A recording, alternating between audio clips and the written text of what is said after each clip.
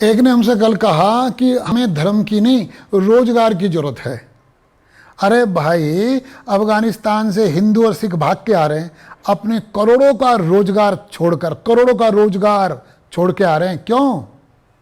कश्मीर से लाखों लोगों को भगाया गया, उनके रोजगार छीन लिए गए, उनकी जमीन जायदाद छीन ली गई। कहां गया रोजगार? धर्म है तो रोजगार सुरक्षित है, धर्म है तो रोजगार सुरक्षित है।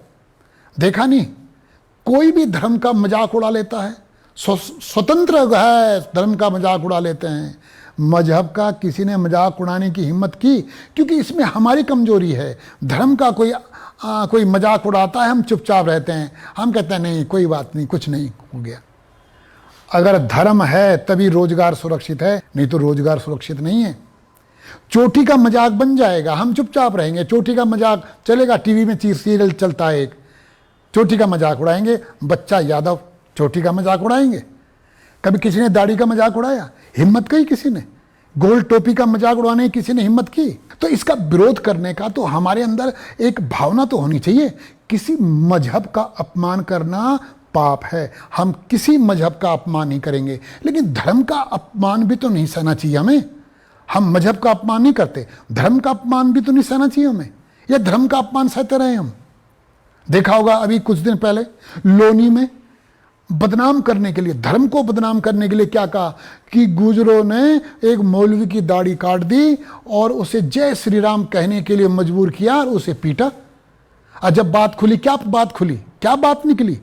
नहीं थी ये गुजर मतलब हिंदू, धर्म को बदनाम करने की कोशिश की गई। और जब बात क्या निकली?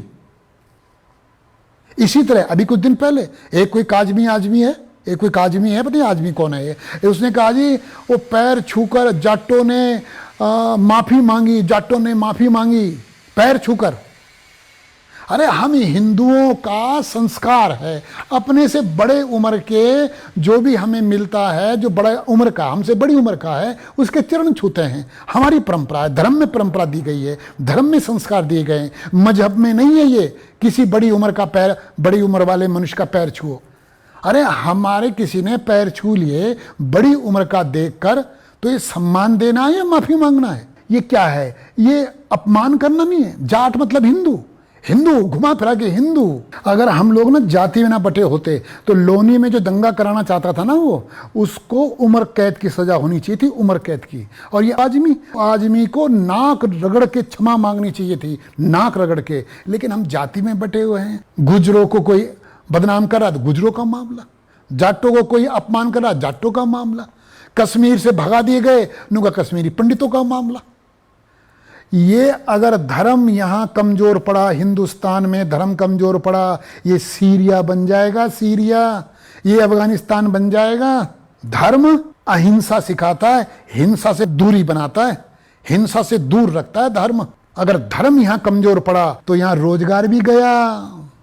देखा नहीं, एक थे मूल निवासी थे मुजफ्फरनगर के, सर गंगाराम मूल निवासी थे मुजफ्फरनगर के। वे पाकिस्तान में उन्होंने हॉस्पिटल बनाए, लाहौर को निखारा। क्या हुआ उनके साथ? फिर उनके साथ क्या हुआ? फिर है कोई उनका वहां, जिनके नाम से दिल्ली में भी है सर गंगाराम हॉस्पिटल? है कोई वहां?